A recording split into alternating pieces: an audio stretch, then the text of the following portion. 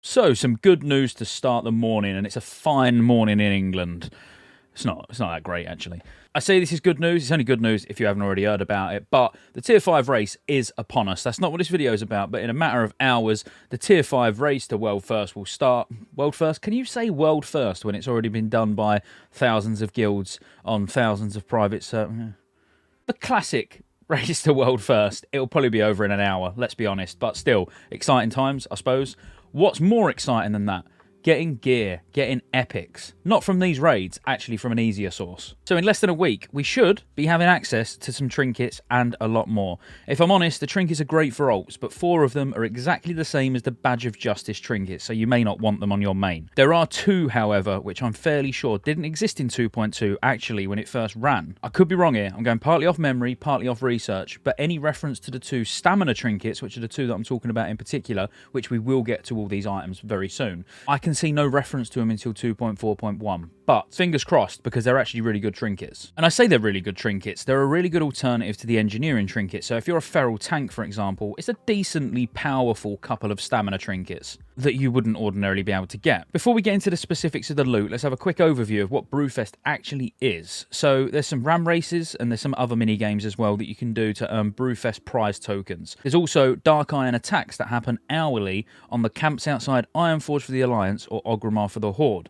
As I say, it's an hourly event, but funny enough, back in the day, it only lasted 2 days and then it broke. Well, it was broken from day 1 and then they just disabled the attacks 2 days after it actually launched. So it'd be funny if history repeats itself there. We'll see how similar the game really is. If they've got the old game files, before there was fixes and bug fixes and stuff like that, there's a possibility it's going to happen again. But, let's hope not, because killing some Dark Iron Dwarves once an hour, fun times. You also get tokens from killing Coren Direbrew in Blackrock Depths, but we'll get to that shortly when we're talking about the loot. You can use these prize tokens as currency for some bits and bobs, but honestly, the items that you're really going to be interested in are from Coren Direbrew himself. So you better get ready for some runs over to Blackrock Mountain. Random dungeon finders bad, right? I don't know, for world events it actually makes it a lot easier, but don't hate on me. I don't want random dungeon finder, just saying. Now, Coren Direbrew can drop these 4 trinkets. So firstly, you've got Coren's Lucky Coin, which increases the block value of your shield by 59, and on use, on a 2-minute cooldown, it increases your block value of your shield by 200 for 20 seconds. Does that look slightly familiar, maybe? I reckon it does.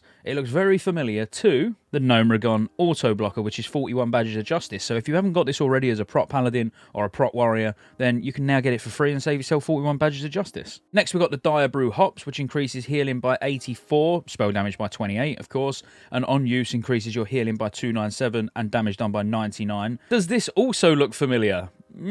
Yes, of course it does. So yep, it's exactly the same as Essence of the Martyr. So once again, if you're a healer, you can save yourself 41 badges, or it's great for an ult. Then we've got the Dark Iron Smoking Pipe, 43 spell damage and 155 spell damage on use for 20 seconds, which again, yes, you get the picture. You know it's the same as all the badge trinkets, so I won't bother showing them anymore. Then you've got the Empty Mug of Direbrew, so increasing your attack power by 72 and increases attack power on use by 278 for 20 seconds. Now, these are the 2 that I really want to talk about. So you've got a 45 stam trinket, Bright Brew Charm, which is 45 stamina, and yeah, right click to summon Brew Maiden, whose very presence bolsters a party's vigor. Wave at her for Brewfest Brew. It looks like the Brew Maiden, when summoned, basically does like a healing aura for your party. It's not massive, it's like 70-ish every 2 seconds, but also obviously does some hitting and stuff, which you would expect, does a little bit of damage.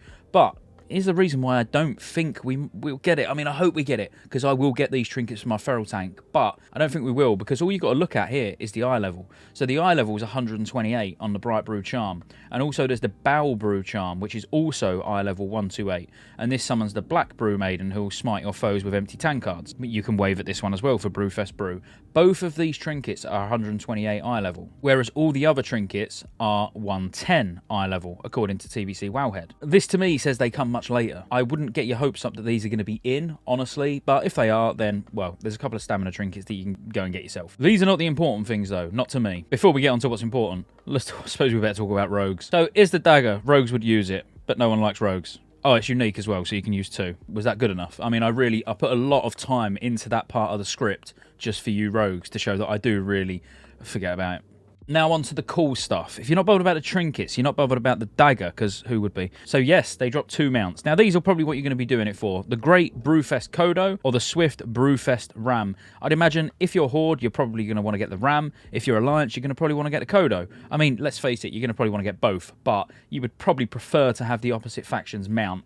Just saying, me as an Alliance player, I want the Kodo more than the Ram for obvious reasons. Now finally, the item that everybody will or should want. The Direbrew remote. Why do I think this is so important? I'm a big fan of any items that I can have in my bag to quick travel to different places all over the world, and in later expansions such as Wrath of the Lich King, for example, having these ways of getting around is invaluable. Look at this as a second Hearthstone. You can invite someone, teleport to BRD, then go half. Not only that, there'll be multiple times you go back to Molten Core, maybe on binding runs, boosting friends in dungeons, helping a group, whatever really. Any form of quick travel around the world is absolutely amazing, and honestly, this is what I'll be killing Coren for every day. The mount would be a bonus, but to me, the remote is the end game. One minor point as well, when people are talking about this, there was a one-handed mace that also got added, but that wasn't added until Wrath of the Lich King, so I highly doubt it's going to be in this because the eye level of the item would obviously be too high. Much like I think the eye level of the trinkets is probably going to be too high on the basis they're going to be dropping during tier 5, so it's meant to be starting, if it goes the same as it did historically, which it should, it will be running from the 20th of September to the 5th of October, around about that window. If that's not exact, don't shoot me. It's going to be something like that. But if you're going to be running it over and over again trying to get a mace because you hear that a mace drops in there, odds are it won't, because as I say, the eye level of it would be too high, and we know Blizzard are not going to tune these items for any specific reason just to bring them in, you know, forward or in time or whatever. They've got more important things to do, apparently. But that's about it. That's the loot. There's a few mini games outside Orgrimmar and Ironforge, and there's a lot of cheap alcohol to buy. Some of which might be interesting to use on hardcore characters if you're doing that actually, which I've not looked into that, but could be interesting. And if you don't know what I mean by hardcore, check my video out from yesterday and get involved. Until next time, like and subscribe. Peace out.